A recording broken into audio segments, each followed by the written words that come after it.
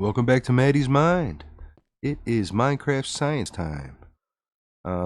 This time we're gonna have some fun with roller coaster mechanics, specifically for Minecraft Bedrock, guys. You know that's what I play is Bedrock. Why we get these invisible bubble columns. They're a big part of this. But our ride starts with a fun little trick I learned from my friend Dirty Lab Rat on Valhalla.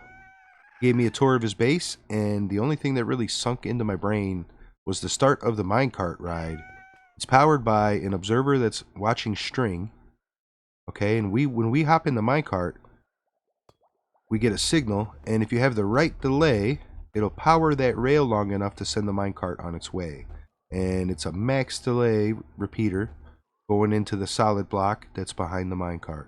So observer, string, to dust, repeater, solid block. That's what I came up with. And he had his hidden better than you know what I have. I just have the observer staring at you. But it works, guys, and it gets us started. And it pushes us onto a 1 block deep invisible bubble column, and we skim across the top of it because the rail is flat leading to it. Okay, that's going to come into play a little bit farther on when we get into the bubble jumps. But for the launch here, we're floating across the bubbles nice and slow. I went with the invisible bubble column because I didn't want water spilling out of this drop here. You can use regular water, and the minecart will still skim across it. But you get a different speed. So when you're testing, take that into consideration. You might end up, going too slow with one or the other, depending on how fast you hit it or the angle you hit it at. There's a lot of little differences and variables, guys. But we drop down here, and we tease our breeze friend. And this guy's actually been parked here in a boat for a couple months with his copper golem friend, so I figured I'd just use him. So I extended this thing out here a little bit so that when we drop down, we're in range to aggro him. But once we get out here and take the turn, we're far enough away that he's not continuously shooting at us, right? But that brings us to our first wind charge jump. And this is another thing that's, kind of tricky, guys.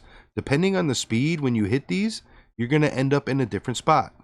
So you have to tell people that ride your ride, don't hit the movement keys. If they're going forward and back and slowing the cart down or speeding it up, they might break your ride and end up down here in the water. But I found a medium spot that, it doesn't fail. It hasn't failed in a while. I catch them right here, and we continue up here to our first bubble jump. And this is where the bubbles actually launch the minecart up off of the rail into the air, and you get quite a bit of distance, guys. And depending on how many rails you have going down, because that's what causes the jump. Like you saw on the other ones, the rails ended here, and then it was bubbles. But on this one, you get one powered rail going down. So there's no bubbles here, but you're getting that downward trajectory. So the minecart's going down when it hits the bubbles, so it shoots up out of the bubbles, and you get some height. And depending on how deep you go with this, how fast you're going when you hit it, how many rails you take down, like how many steps down you go into the water, you can get varying heights, speeds, distances. So it's fully customizable. You can have different elevations on your coaster. I did mine mostly flat because I used the bubble columns on the ends to do, the massive elevation. I thought that was what I wanted to do with this one. But you could have like a more normal roller coaster type that's going up and down like this, where you catch it on different levels because maybe the first time you have 3 rails going down into 4 blocks deep bubbles, and they're 5 long, so it launches it really far, right? And then you can catch it wherever up on a different level and drop it down. So fully customizable when it comes to this stuff, guys. This is just what I went with. So we jump over the lava pit here. I was terrified that someone on the realm would fall out of their minecart into the lava and lose everything, so I put glass over it to be safe. But feel free to do whatever you want, right? The minecart lands in these bubbles, which you can see this one had to be 2 blocks deep because we get some height. So if it's 1 block deep, you're just gonna hit the ground, right? But 2 gives you enough depth to catch it at this height. You know, sometimes you might need 3 or 4 or 5 or 6, depending on how far you're catching it from, right? But for this little bit of a jump, I just needed 2 blocks deep. And then it, depending on the speed, sometimes it just bounces off of the bubbles and flies up here and gets stuck on that gold block. That acts as a brake that drops us down and then we continue on. Or sometimes you have a different speed and you kind of skim across this one and connect right to this rail and then just go on to the next jump. But either way, with this brake or with this rail, you're hitting it at the same speed. So from there on, it's pretty consistent. This spot right here serves another purpose too, guys.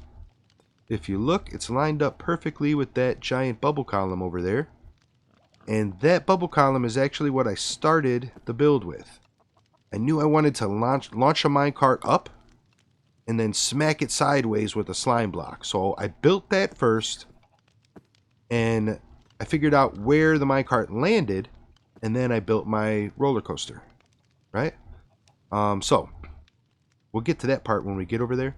But jump here over the soul campfires. All of the obstacles like the lava, the campfires, the dripstone pit, everything, that's all just aesthetic choices that totally up to you. You guys can make it look however you want. You could probably come up with more fun stuff than I did, right? But we fly over the campfires into another bubble jump, which launches us over my rail that goes down to spawn. So this is a bit of an elevation change here. Onto this rail, and there's another wind charge jump. And again, depending on the speed when you hit this, I was ending up in different spots. It took quite a bit of trial and error because sometimes I was ending up here, sometimes here. So I found that this was like the middle ground where it doesn't fail. It hasn't failed yet. Who knows? It might. If somebody hits the brakes before they hit this thing, you know, they might end up down here. I don't know. We'll see. But again, that's the wind charges really make it tricky. They're the trickiest part of this whole coaster to me. They make it not consistent, and they made me had to modify things a bit and compromise some of my vision too, you know, like the stuff that the ideas I had, I couldn't really accomplish them. But anyway, so we do another bubble jump over the spikes. And this is another one where I had to add a brake. So just random block there. Sometimes you get so much of a jump that you get stuck on that, and that drops you down onto this rail. But most of the time, you get a nice smooth arc out of this jump and land on this into the color tunnel. And I forget where I saw this from. I think it might have been Cub Fan. Or one of the hermits made a roller coaster a long time ago. It's just a color tunnel, you know. Bubble column that takes us up to the giant bee. And you saw how far we made it. But when we're in a minecart, you travel farther out of bubble columns. And you launch up high enough to make it through this scaffolding up there. And I forget where I saw this too, guys. It was in... might have been like a Mike Homer's Raid Farm. Stacking Raid Farm video. Or one of the videos. I think it was a farm video. I learned that you can put rails on scaffolding. So you get shot up through the scaffolding in the minecart. And you land on the powered rail. And continue on. Right? And this part got a little complicated. As if it's not complicated already, right? But I had to get the minecart onto that line down there. You know, none of that stuff was there, but I knew I needed a line that lined up with that bubble column because that was already there. I knew that was the other side of my coaster, right? So the first thing I tried, I just did powered rails and I shot the minecart off of the bee's head and I saw where it landed. And I was about 6 or 7 blocks short of my line. So I added 2 invisible bubble columns here that are just floating randomly in the air. In my mind, it looks like some pollen that's in front of the bee's face, right? So use your imagination. But the minecart hits those and it gives it just enough of a forward push that it lands right onto this rail, guys. And just like over there, like I said, you know, when the piston shoots us over there, it doesn't matter what angle the minecart's moving at or what speed. You know, if you can find out exactly where it's going to be, you can catch it with the rail, and then it'll continue forward.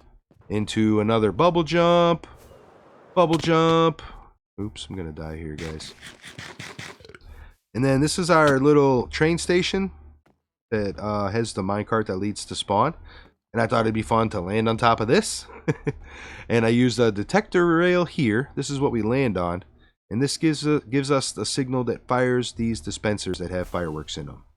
So you could add these anywhere along the track, guys. You know, think about that. You don't just have to have them in one spot. You could have fireworks everywhere. I'm probably going to add more to this.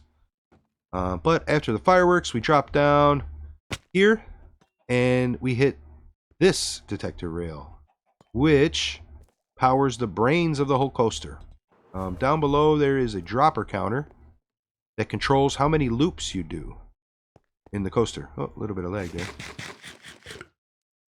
I have it set to 2 loops right now. So we do 2 loops and then it ejects you. Well, let's sleep real quick, guys. Been having some zombie spearmen show up recently. Well, let's sleep real fast. But that dropper counter, it's the same one I used in my Warden XP farm. Groovy Cove taught me how to use it. And I knew it would lead to some fun stuff, guys. And this is just one of them so far. But anyway, dropper counter is set to 2. Once the minecart passes over that detector rail I showed you 2 times, we get a signal that powers the rail up there and kicks us off to the exit. Since I have it set to 2, the first time you come through, we don't go to the exit. This is the exit here, so this is that rail that gets switched after we pass over this, depending on how many items you put in that dropper. If you want to do 50 loops, you put 50 items in that dropper, right? I just did 2, and it's about a 2-minute ride, so it's good enough for me for now. But yeah, so it'll switch this rail and kick us over here to the exit, which is just a detector rail and an activator rail that kicks you out of the minecart. Simple. But the first time around, you go right through it this way into the bubble column that I said. This is what I started the coaster with. I knew I wanted to shoot the minecart up and then smack it sideways with a slime block. So let's get up there and take a look at this, guys. The minecart comes up out of those bubbles, passes through this string. The observer's watching it. There's 1 repeater on max delay.